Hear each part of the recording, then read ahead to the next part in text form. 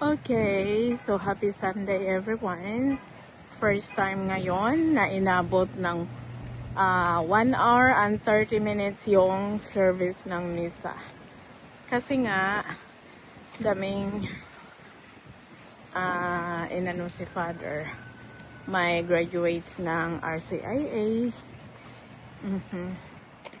Tapos, ang joker niya today. So, papunta na tayo sa parking. Medyo mahangin, malamig. Malayo yung parking natin today.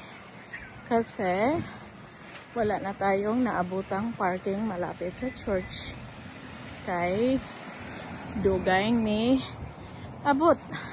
So, muna yung advantage. Nindot sa kahoy, oh. Ay, kanindot sa adlaw. Thank you, Lord, for this beautiful day. I hope you have a good day also. See the goodness of the Lord daw.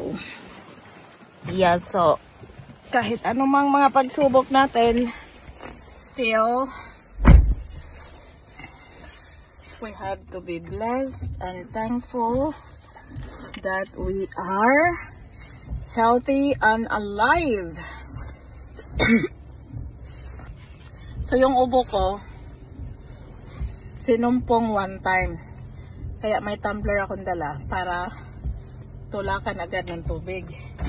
E nung kumati na yung lalamunan ko, suyop na kong tubig. Last kate, hindi ko na tiis. Parang palabas na yung ubo. Pero matagal na hindi ako inubo sa church. Pasumpong-sumpong na lang siya. Kaya lumabas na lang ako kasi baka madisturbo pa yung mga tao, no? Tapos, ang daming tao sa church today. Kaya minsan, hindi ako masyadong, mas gusto ko yung 5 PM kasi hindi masyadong crowded. Pero on the other hand, gusto ko rin yung 12. Hala, may midi. Kasi, para magawa pa natin yung mga gusto natin gawin sa hapon. So, we're alone today. Happy Sunday, everyone!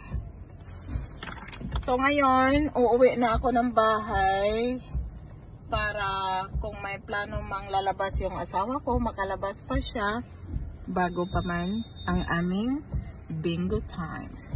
So yan na lang ang ano ko ngayon, pastime, pang katuwaan, bingo.